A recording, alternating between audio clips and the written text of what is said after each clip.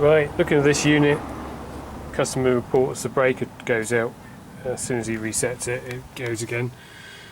So we've just mega tested it. This is going to be tricky because I can't press the button and hold that on the terminals, but we've gone into the output of that contactor. I don't know if that's making a good contact. 0.69. That's probably a bit loose. That's the third one. 0.7. So that is pointing to either a failure on that cable or in the terminals or in the compressor itself.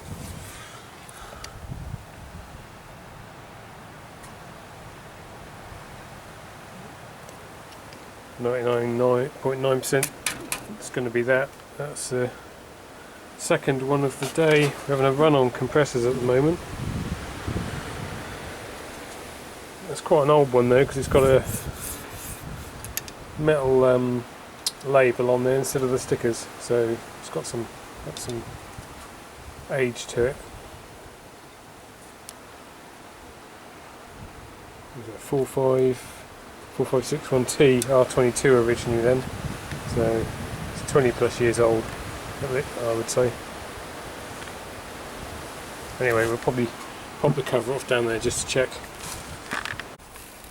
Okay, got the cover off and the wires pulled off.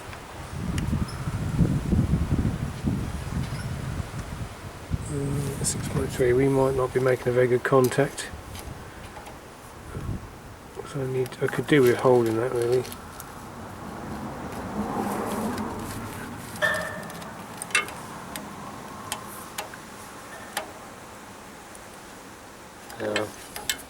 I'll test it because this stores the reading till you press the button again, so I'll test it and then get back to that. Right, well, it's not what I was expecting. We've had, let's say, 8 gigaohms, which is way off the scale for being okay. So it may well be something on that cable, 0.6. I'm wondering whether these fans, I thought they were single phase, but they might be 3-phase. Yep.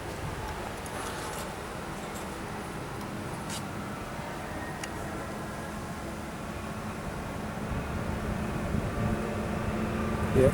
I've got a feeling it might be this one actually, because when you let over it, there's just a faint burnt smell in this area.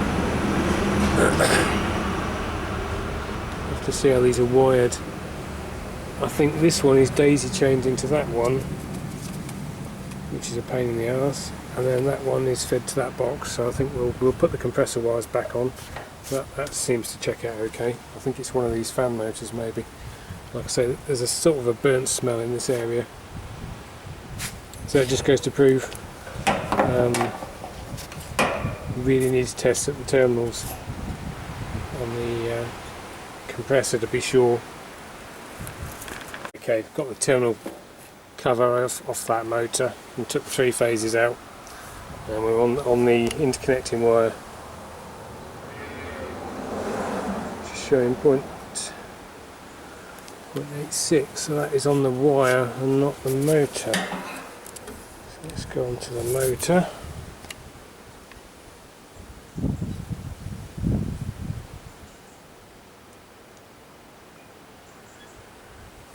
So that is looking okay. We shouldn't need to do all of them, but we'll do them all while we're here.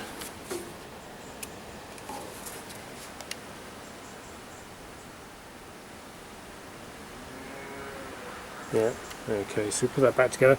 That motor seems to check out okay. So we'll maybe have a look at that. I might have a proper look in the box there. Obviously there's more than just those compressor wires joined into that contactor.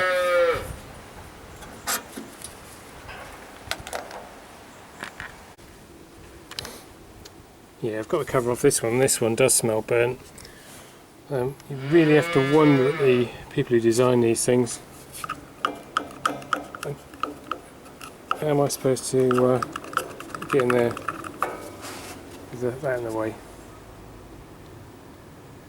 That's on a rotor lock, so you could angle this for anywhere. That could have come off this way, or could have gone that way.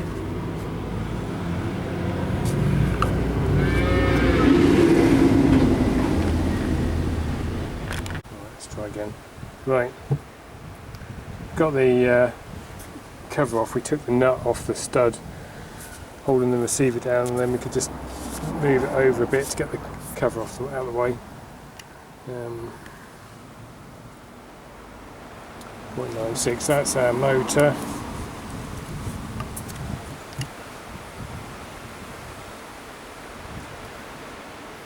It's either our incoming cable or the jumper wire, and that is either our incoming cable or the jumper wire. It's just one of the browns.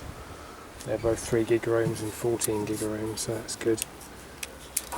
That is the star point on that motor. 0.96 megaohms, yeah. So that's wired in star. So you've got one phase there, one there, one there, and the windings are all brought to the centre and strapped together with that brass link. So we could take these 3 wires off of here, which are going to be our windings, get them out of the way and put these back on, and then that should run the compressor and that fan, and then we can test that, see if it all works. Right, moment of the truth. Well, it needs to be pumping down now because there's no cooling load on the system, so it's just going to pump down and shut off.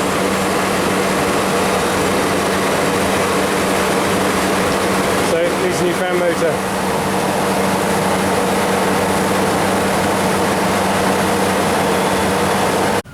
Right, it's all back together. I just tried to see if that spin, that's seized up. That's seized up solid. See how much flex we're putting on that blade trying to move it. So that answers the question as to why it's failed. So the bearings have obviously seized on it and it's just burnt the motor out.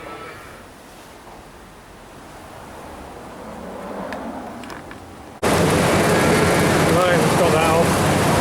It's the new one. Got to swap the wires over and just hope we get them running the right way. Right, we've got that wired and we need to power up to see if we've got the rotations right. I mean, they both might go backwards, or one might go the right way and the other one not. But first of all, we've got to get it to fit in there, so this one's bigger than the old one. So I think we'll have to take that bolt loose again and see how much room we